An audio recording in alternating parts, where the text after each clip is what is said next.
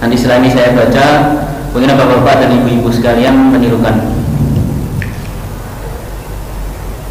A'udzu billahi minasy syaithanir rajim.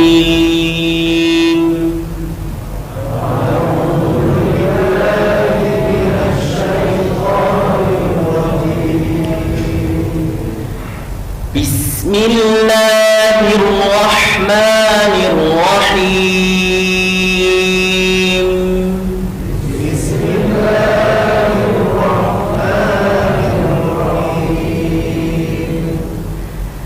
Alhamdulillahi rabbil alamin.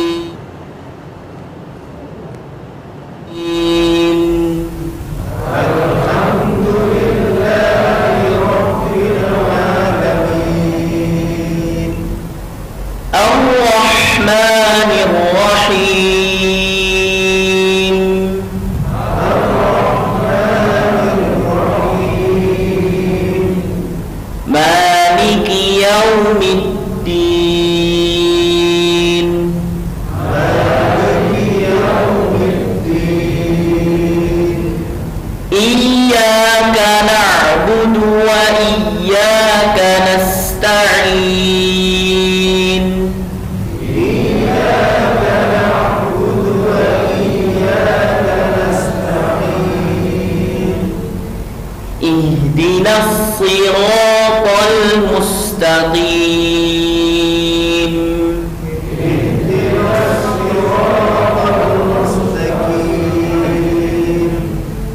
Siratal ladzina an'amta 'alaihim.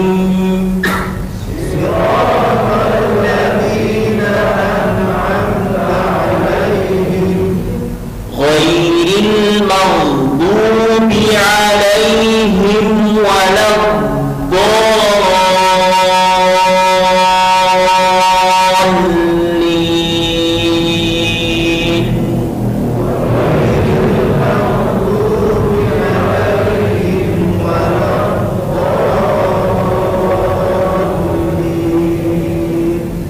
Kita lanjut surat Al-Baqarah. Bismillahirrahmanirrahim.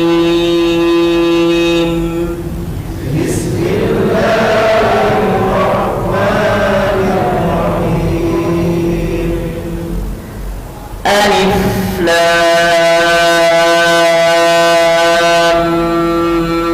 Mim.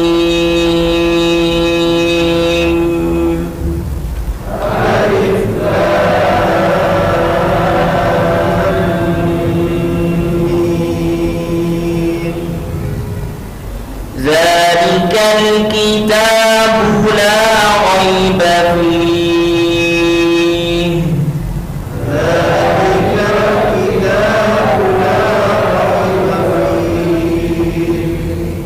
Hudan lil muttaqin.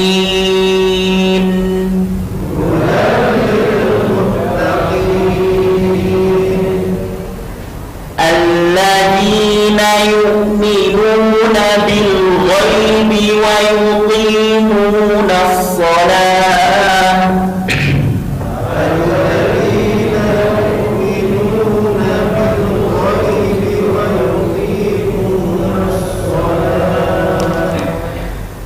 Wa yuqimunas shalata wa mimma razaqnahum yunfiqun.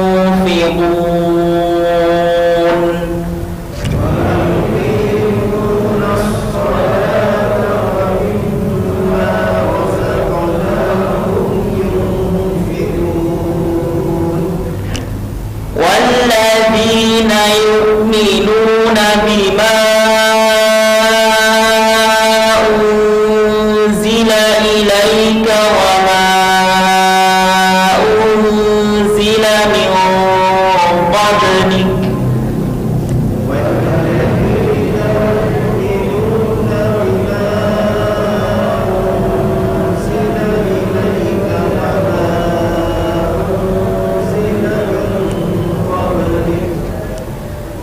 وبالآخرة هم يوقنون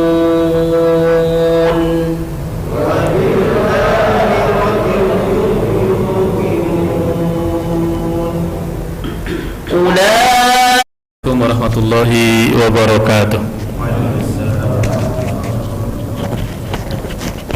Bismillahirrahmanirrahim. Alhamdulillahirabbil alamin wa bihi nasta'inu ala umuri dunya waddin. Wassalatu wassalamu ala asyrafil anbiya'i wal mursalin Muhammadin wa ala alihi wa sahbihi ajma'in. Amma ba'du.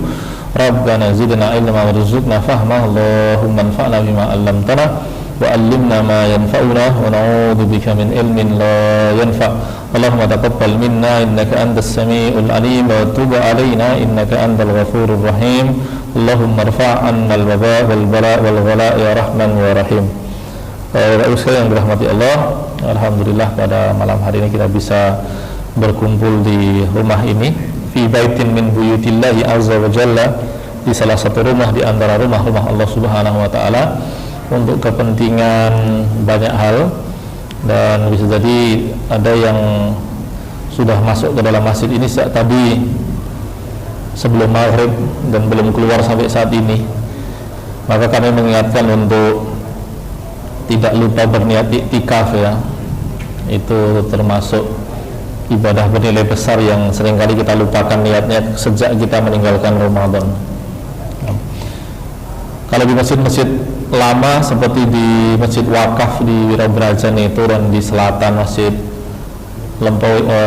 Masjid Selatan Stasiun Lempuyangan itu ada tulisan itu di pintu masuk itu, nawaitul i'tikaf lillahi ta'ala. Itu untuk mengingatkan bagi jamaah yang masuk ke dalam masjid untuk tidak lupa berniat i'tikaf, karena tanpa berniat i'tikaf, pahala i'tikaf tentu tidak akan didapatkan. Padahal kita masuk ke masjid itu berkali-kali, ya, sehari paling tidak 5 kali. Ya, mungkin ada yang terhalang 3 kali saja misalkan. Tapi masuknya ke dalam masjid karena lupa niat i'tikaf, dia tidak mendapatkan pahala i'tikaf. Oleh karena itu kami ingatkan, lebih-lebih ketika yang sudah masuk ke masjid ini saat tadi sebelum maghrib gitu kan. Nah, sekali rahmati Allah, malam ini kami akan menyampaikan materi yang sederhana saja, yaitu berkaitan dengan bagaimana kita berinteraksi dengan Quran. Tentu kami menyampaikan hal ini sebagai orang yang berinteraksi, bukan sebagai orang yang ahli atau menekuni, bukan, tapi sebagaimana sesama orang yang berinteraksi saja. Artinya bahwa kalau yang tadi ada Iskariman memang dididik secara khusus untuk menjadi hafizul Quran. Kalau saya materi ini lebih kepada, karena ini kita pengguna Al-Quran begitu, ya. Nah, materi ini diambil dari 2 buah buku. Yang pertama adalah Dhawahir Hajril Quran, ya, fenomena menelantarkan Al-Quran. Dan yang satu lagi adalah buku berjudul Miftah Mafatih Tadabburil Quran, kunci-kunci merenungi Al-Quran. Dari 2 buku yang sebetulnya bukan buku yang berat itu buku sederhana saja. Itu kita akan menyadari bahwa ternyata interaksi dengan Quran itu bertingkat-tingkat. Interaksi dengan Al-Quran itu bukan kemudian kita masuk selesai, tidak. Ada tingkatannya. Masing-masing kita ada di tingkatannya masing-masing. Ya, masing-masing kita ada di levelnya masing-masing. Hanya sebagai catatan, apapun tingkatannya, kita berharap tidak mendapatkan status sebagai orang yang menelantarkan Al-Quran. Karena kitab yang ada buku yang berjudul Dhawahir Hajril Quran itu, jadi judulnya Fathur Rahman fi Dhawahir Hajril Quran. Jadi buku berjudul Fathur Rahman itu banyak, tema-temanya yang tentang Quran juga banyak. Di antaranya Fathur Rahman yang temanya itu berkaitan dengan menelantarkan Al-Quran. Nah, buku itu ditulis berdasarkan ayat yang berbunyi A'udzubillahi minasyaitonirrajim wa qala ar-rasul ya rab inna qaumi ittakhadhu hadzal qur'ana mahjura. Jadi Rasulullah berkata kepada Allah Subhanahu wa taala, ya Rabb, wahai Tuhanku, inna qaumi, sesungguhnya kaumku ini, ittakhadhu hadzal qur'ana, telah menjadikan Quran ini mahjuran, sesuatu yang diterlantarkan. Kata mahjur itu dari kata hijrah. terjemahan yang relatif lembut ya meninggalkannya, tapi kalau terjemahan yang agak keras ya menelantarkannya. Ya itu dia. Sedangkan kalau buku yang berjudul Mafatihut Tadabburil Quran itu berangkat dari pengalaman pribadi yang bersangkutan, yaitu yang namanya Khalid bin Abdul Karim Al-Lahim. Khalid bin Abdul Karim Al-Lahim, kayaknya belakangan beliau sudah menjadi profesor dalam studi Quran. Beliau itu menulis buku itu gara-gara begini. Beliau itu studinya Al-Quran, lalu mengajar bidang Al-Quran, tapi begitu motivasinya hilang, yang dibaca buku-buku motivasi. Jadi saya yakin bahwa Bapak tahu buku-bukunya Dale Carnegie, buku-bukunya Steve R. Covey. Buku itu sekarang sedang menjadi populer lagi karena memberi motivasi yang cukup besar bagi biasanya pelaku usaha begitu ya. Itu. Nah begitu di Timur Tengah pun juga terkenal. Ya, Dale Carnegie, bahkan edisi Arabnya Dale Carnegie pun di Indonesia ada gitu. Jadi kan lucu juga. Nah itu dia. Hingga kemudian beliau merenung gitu, kok bisa saya baca Al-Quran, saya hafal Quran, saya studi Quran, saya mengajar Quran, kok bisa giliran saya kehabisan motivasi yang saya buka buku-buku motivasi, kok bukan Quran? Nah, itu kan kepikiran dia. Nah itu dia, itu Khalid bin Abdul Karim Al-Lahim. Nah itu dia. Nah dari buku itu, dua buku itu, kita coba buat kerangka sederhana saja bagaimana tingkatan kita berinteraksi dengan Al-Quran. Nanti kita sampai ke tingkat yang apa, nanti kita lihat. Kalau terpaksa cuma selesai satu poin nggak apa-apa lah. Nanti kapan-kapan kita sambung kembali. Untuk berinteraksi dengan Al-Quran, Bapak Ibu yang dirahmati Allah, ada 5 hal. 5 hal yang secara ringkas itu adalah 5 berakhiran I. 5 hal yang berakhiran dengan I, itu untuk memudahkan hafalan. Nah 5 hal yang berakhiran dengan I itu apa saja? Yang pertama adalah hati, masalah hati. Ini penting sekali, masalah hati, dan ini pondasinya. Kemudian yang kedua adalah bunyi. Jadi Quran itu kan bunyi, entah saya yang membunyikan atau Anda sendiri yang membunyikan ya, entah orang lain yang membunyikan, itu bunyi. Oke, itu yang kedua. Yang ketiga adalah Nabi. Nah, jadi kalau Anda menganggap bahwa Quran dan Nabi itu dua hal yang berpisah, salah, pasti salah. Karena apa? Quran itu turun kepada Nabi berangsur-angsur sesuai dengan proses hidup Nabi kita Muhammad Sallallahu Alaihi Wasallam. Ya, bahkan untuk lanjut ke poin yang keempat, itu ya, Nabi ini bisa dibilang sebagai shortcutnya, sebagai ringkasannya, sebagai jalur pintasnya. Nah itu dia, itu Nabi itu yang ketiga. Yang keempat adalah arti.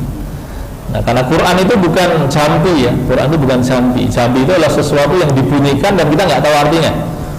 Nah kita itu, Allah, ada kata-kata yang seperti jambi yang diajarkan dari generasi ke generasi, dan sampai sekarang tampaknya tidak ketahuan artinya. Apa itu?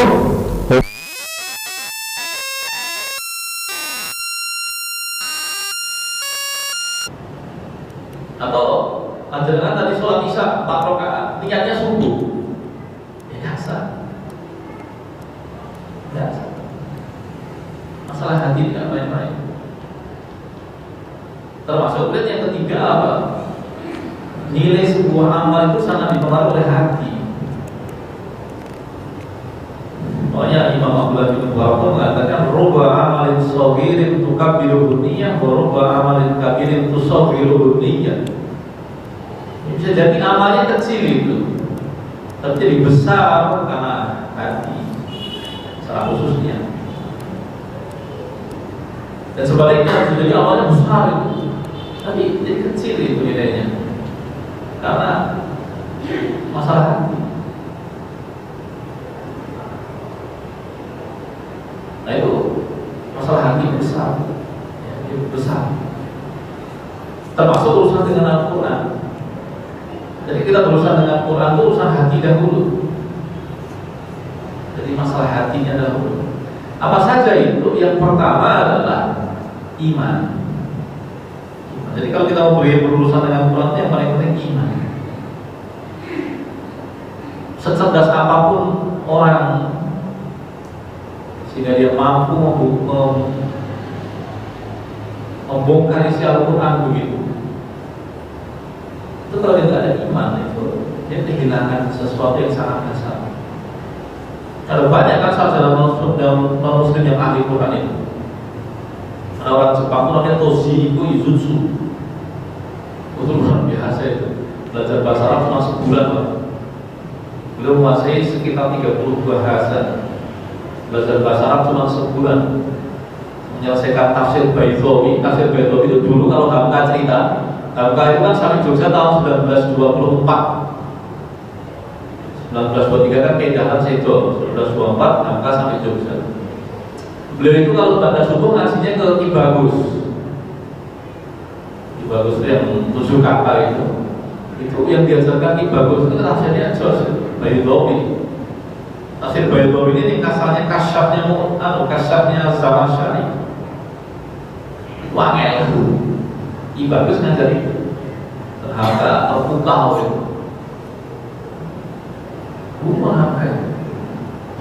Nah, Izutsu belajar tafsir Baithawi sebulan. Yang nulis buku tentang Quran itu bagus sekali.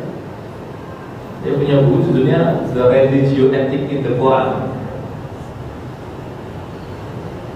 Bagus sekali buku, luar biasa.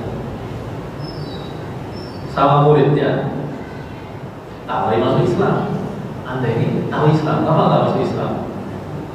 Jawabannya kayak Abu Thalib. Ya, kalau saya masuk Islam nanti yang bilang Islam dari luar siapa? Ada. Itulah aneh. Ketika meninggal, buku-bukunya mau dibawa ke Malaysia sama Profesor Muhammad Nur sudah mau dibeli. Atas perintah Profesor atas kan mau dibawa ke Malaysia. Yang boleh sama pemerintah. Karena Izutsu ini dianggap orang hebat, maka dinobatkan sebagai pahlawan. Buku-bukunya masuk perpustakaan, masuk ke museum. Nah, terbaru ada UGM, sekarang di Inggris ada UGM itu ketika di Jepang dia tunjukkan ada mesin di Jepang itu ruangannya namanya ruangan Izutsu, ruangan Toshihiko Izutsu. Jadi ruangannya ini namanya Toshihiko Izutsu. Berulang kafir itu. Pemahaman mengagumkan. Dia tidak punya satu hal iman, sehingga apa? Tidak bermanfaat pengetahuan yang tanpa iman. Maka yang pertama iman.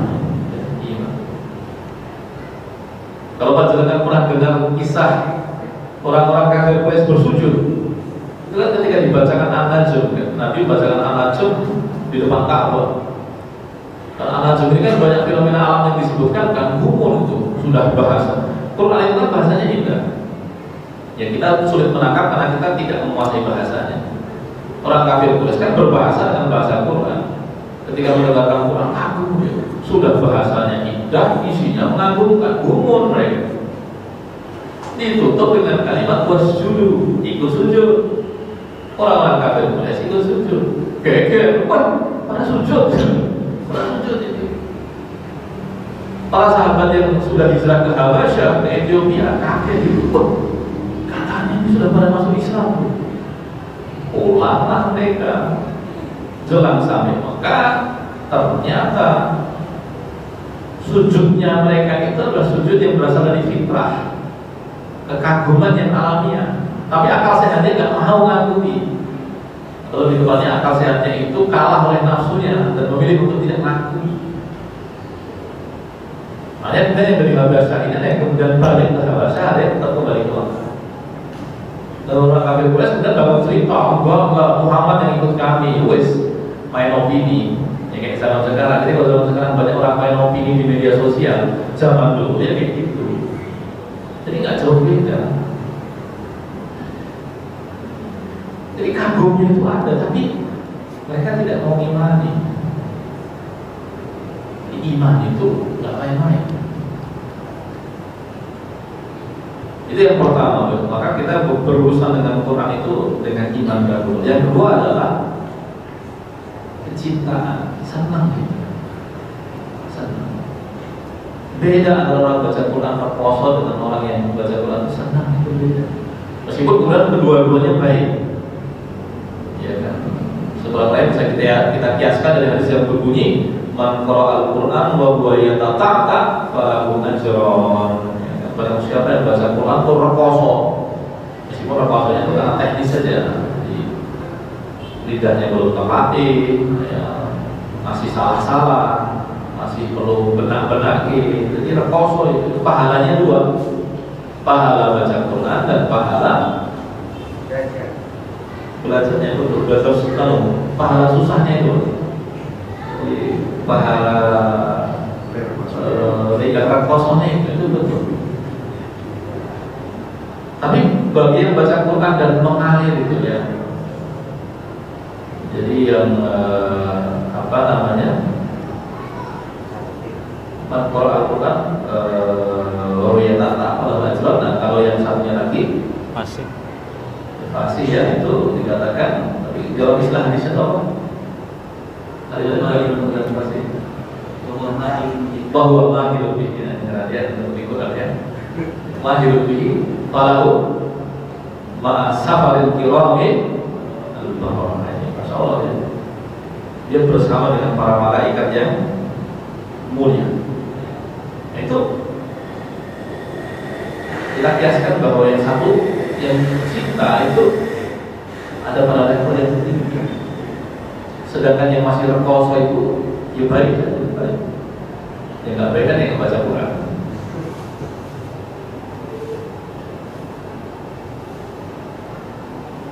Kecintaan itu biasa.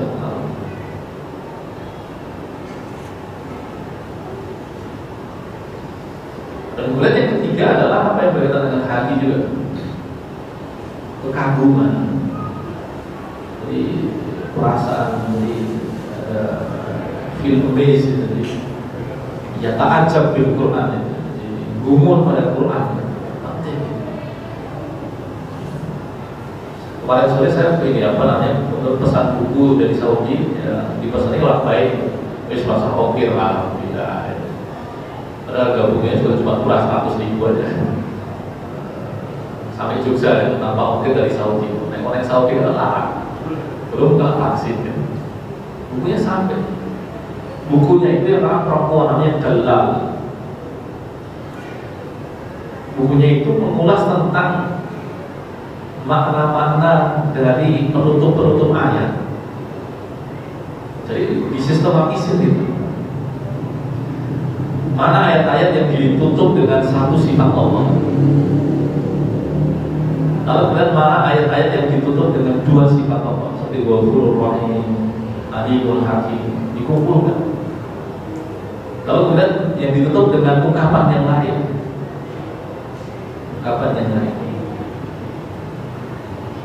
kemudian diulas itu.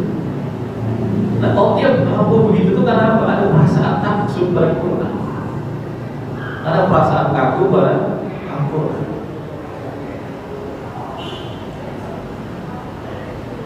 Makanya kalau Abdullah bin Ras itu bilang begini, Quran itu kata beliau yaitu kayak berlian itu. Kita lihat dari satu sudut begitu, itu ada keindahannya. Begitu kita geser begitu, ada keindahan yang lain yang berbeda dengan keindahan sebelumnya. Digeser lagi itu, ada keindahan yang lain, ada perasaan takjub. Bahkan mantan rektor Jakarta itu ada cerita menarik, Pak Omar. Beliau kan mengambil program belajar lanjutan pasca doktornya itu kan di Kanada, itu kampus aneh sebetulnya. Nah, dapat dosen itu orang Yahudi, tapi dengar-dengar orang Yahudi ini sudah masuk Islam. Orang Yahudinya ini profesor studi Quran, jadi banyak orang Kristen, orang Yahudi ahli Quran. Bahkan di Jogja saya sempat ketemu dengan yang Yahudi, namanya mirip nama Budier, pengobatan. Itu nakuni Quran. karena isunya dia masuk Islam, sementara kalau diibaratkan katanya kan nggak sopan tanya agama itu. Ya kan nggak mungkin kan tanya Pak, kok jenengan jadi Islam apa ya? Itu nggak sopan. Kalau kemudian Pak Komar tanyanya libel. Pertanyaannya begini, Anda ini kan profesor Quran, apa yang Anda temukan di Quran itu? Jawabannya itu saya ingat betul. Saya ketika pertama kali membaca itu ingat betul. Orang Yahudi ini yang tidak masuk Islam dia bilang begini, saya itu sehari itu selesai baca satu buku yang banyak sekitar 500 halaman dan saya selesaikan dalam waktu kurang lebih 7 jam. Kalau di Muhammadiyah kan kita dengan ceritanya tentang Pak Amin Rais dan Pak Syafi'i kan. Kita tanya dulu Pak Amin Rais itu, kalau Pak Syafi'i itu di Regenstein itu 12 jam di perpustakaan itu. Tapi beliau bilang Amin itu lebih parah biasanya. Itu katanya 18 jam. Kita di perpustakaan 18 jam saya bawa kasur itu sekalian tidur. Tapi orang ini tadi dia bilang saya selesai satu buku itu sehari 500 halaman, 7 jam aja. Kekuatan membacanya bagus. Ini kayak ulama kita dulu. Jadi etos ini Allah itu menyuruh kita membaca. Itu perintah pertama kita yang kita dapatkan dari Allah itu adalah baca. Tapi ternyata etos baca itu tidak kita miliki. Makanya Muhammadiyah tahun 19, 12, 13, 14 itu sekali.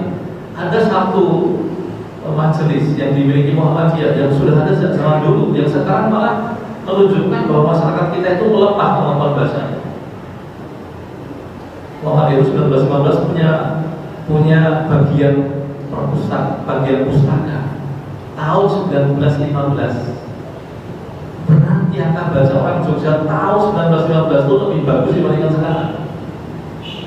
Bahkan Muhammadiyah itu tahun 40-an itu punya banyak majalah yang ditertibkan.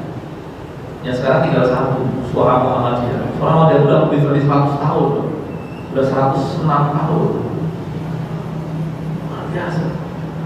Jadi orang-orang penting jalan-jalan kita ini sebenarnya tambah modern, ini sebenarnya tambah terbelakang. Tapi orang ini tadi, orang yang tadi yang kemudian masuk Islam, dia bilang, saya selesaikan satu buku 500 halaman 7 jam, dan saya bisa mengulang 70% isinya. Puas sekali membuat Quran. Ulama Imam Ibnu Hajar itu bisa mengkritik ulama lain hanya dari masalah baca. Jadi ketika ada ulama beda pendapat, kemudian Imam Ibnu Hajar itu mengkritik. Beliau kalimatnya cuma sederhana. Beliau bilang begini, hada bisababi qillati ittila'ihi. Ini masalah yang bersangkutan kurang baca aja. Di ulama kritik ulama besar kritik ulama besar. Itu dengan kalimat hada bisababi qillati ittila'ihi. Ini masalahnya yang bersangkutan kurang baca. Ini benar-benar jadi ulama terhormat kaya. Yang Ibnu Hajar itu pernah mengejek orang Yahudi dan membuat orang Yahudinya masuk Islam. Tapi ngejeknya itu tentu ejekan yang mulia ya, bukan meremeh. Jadi dia itu mau naik ke atas keretanya begitu dikomentari sama orang Yahudi miskin. Anda ini sudah terhormat, kaya dan sebagainya. Imam Ibnu Hajar dipuji gitu dia bilang begini, dan nanti di akhirat saya akan masuk surga. Kalau kamu sudah di dunia miskin, nanti di akhirat masuk neraka. Tapi bukan untuk merendahkan. Terus Yahudinya tanya, terus bagaimana saya biar bisa bahagia? Ya masuk dalam Islam. Udah saja. Jadi kita perlu tutorial memasukkan orang ke dalam Islam dalam waktu kurang dari 5 menit. Itu luar biasa. Dan kembali tadi Bapak Ibu sekalian dirahmati Allah, orang Yahudi yang masuk Islam tadi dia bilang itu tidak bisa saya lakukan pada Al-Quran. Al-Quran polanya beda. Al-Quran itu polanya beda. Bahkan Quran itu ada yang namanya apa? Ada yang disebut dengan iltifat, belokan. Tadi ketika kita dibacakan berapa tadi? 23 ayat tadi. Itu berapa tema yang sudah dilewati? Sistematis kan? Enggak. Mungkin kalau itu masih ya, polanya masih agak dapat, sistematikanya masih agak dapat. Tapi nanti setelah itu kan sudah beda, temanya jauh sekali. Al-Fatihah 3 ayat pertama dengan tidak masukkan Bismillah itu ujian. Tengah-tengahnya itu adalah pernyataan hamba pada Tuhannya. Iyyaka na'budu wa iyyaka nasta'in. 3 ayat belakangnya jatahnya hamba. 3 ayat pertama jatahnya Allah, ujian. 3 ayat terakhir jatahnya hamba. Apa itu? Ihdinas siratal mustaqim, siratal ladzina an'amta 'alaihim ghairil maghdubi 'alaihim waladdallin. Ini dengan pembagian bahwa bismillahnya tidak masuk. Jadi 3 ayat pertama dan 1 ayat 3 ayat terakhir.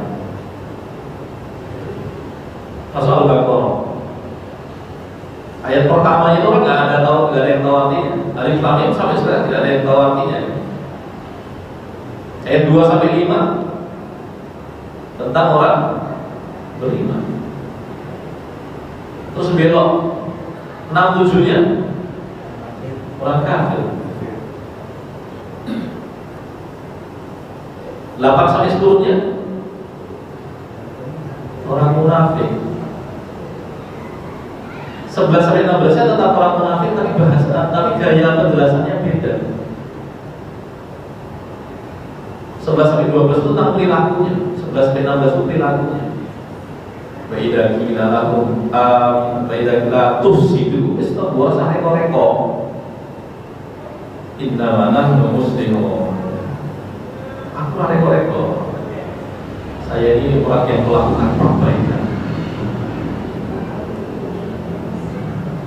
Lanjutannya di 17 ke 20-nya ilustrasi. Masaluhum kama sabil ladzi istawqadana. Quran itu punya pola-pola yang benar juga. Kekaguman itu penting untuk berinteraksi dengan Al-Quran.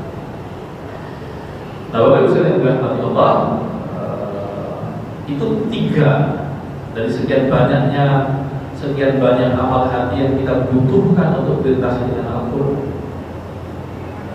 Iman, kecintaan, kekaguman. Ya kalau kemudian kita menempuh langkah-langkah selanjutnya, 3 hal ini akan menjadi lebih besar. 3 hal ini akan kembali ke situ lagi. Ketika kita menempuh langkah kedua, 3, 4, 5, nanti yang pertamanya akan menguat. Ketika lewat lagi, kembali lagi penguatan. Lalu ada satu poin lagi yang bisa kita rahmati Allah tentang bunyi. Nah, dari hati yang baik tadi itu kita perlu berinteraksi Quran dengan bunyinya. Nah, di antara bentuk kasih sayang Allah, meskipun inti Quran itu bukan bunyinya, tapi bunyinya saja, meskipun kita tidak tahu artinya, itu sudah banyak gunanya. Ingin sekedar berbagi cerita kalau saudara Allah. Saya masih ingat tanggal 7 Februari 2019 itu pada bahwa saya itu togel mobil Coca-Cola di Bekasi di bawah pembangunan kereta satu MRT itu di togel. Terus kemudian patah di selangkanya, lebam seluruh bagian belakangnya, mata panda begitu. Saya dapat kabar itu langsung batin, wah itu bapak nggak ada. Karena 2 tahun sebelumnya kakaknya yang berusia 2 tahun lebih tua itu kesenggol motor di Semarang, namun 2 hari meninggal. Kakaknya meninggal di usia 68. Itu 2017, 2019 ya, bapak saya usia 68. Sudah batin nyusulkan masih sudah siap nyiapkan hati itu.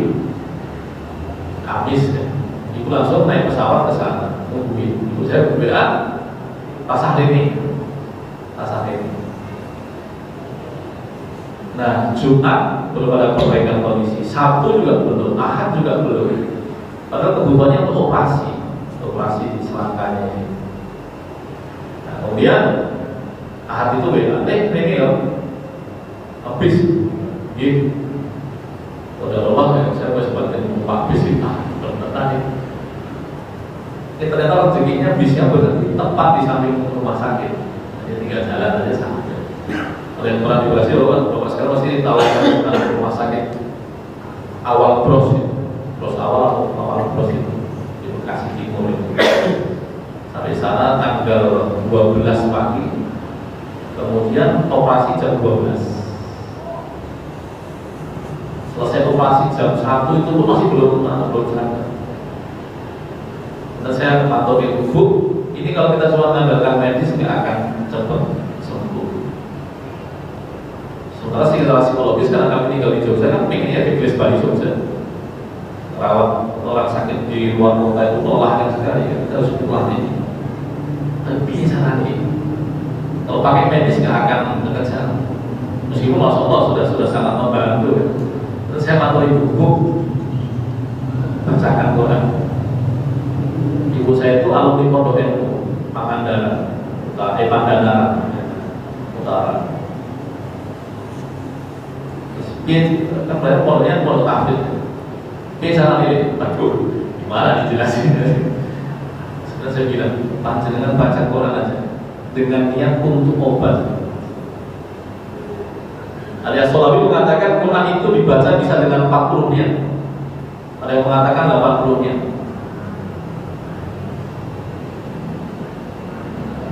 Kemudian saya tanya, yang dibaca mana? Ya, kuat kita apa ya? Dari awal sampai akhir, dari Al-Fatihah sampai atas itu. Tinggal kuat-kuatan ya. Ibu saya itu sekali duduk bisa 9 juz. Enggak masa mau 30 juz ya kesal. Yang pun simpel mau, antara orang. Sedangkan mau sebiar saya sendiri. Selasa pagi kita bacakan, qadarullah Selasa sore sudah bisa duduk. Kita bisa bayangkan patah di sini, mata pandang, lebam, semua bagian belakang itu lebam. Terus Selasa sore sudah bisa duduk. Oh itu kan Rabu ya, itu Rabu sore sudah bisa duduk. Kamis pagi sudah bisa berdiri. Kamis asal itu sudah saya antarkan orang. Kamis malam saya pulang. Saya masih ingat karena naik kereta dengan Ustaz Ridwan Hamidi. Karena sudah ada tugasnya di Jakarta, pulang bareng. Jumat sore itu bapak saya sudah diterbangkan dari Soekarno-Hatta ke Alhamdulillah masih di Malaysia. Artinya saya ingin mengatakan bahwa saya menyaksikan langsung bahwa Quran itu punya pengaruh ke tubuh kita. Meskipun kita nggak tahu artinya.